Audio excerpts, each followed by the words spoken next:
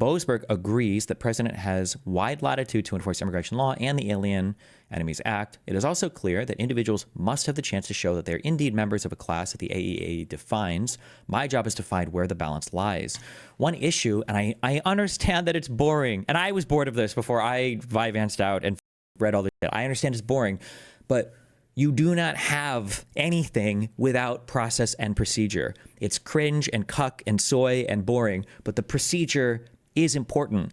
When I was arguing with Fabian a couple days ago or whatever, and we're talking about freedom of speech doesn't mean anything without due process.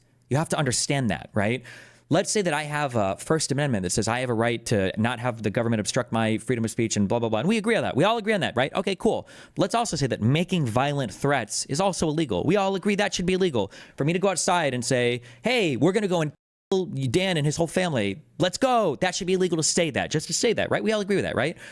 Those two things cannot exist in harmony with each other without the ability to decide between the two, which is what the procedure is, the due process, right? If I say you have freedom of speech, you just can't make violent threats, and you're like, okay, based, I agree, thank you.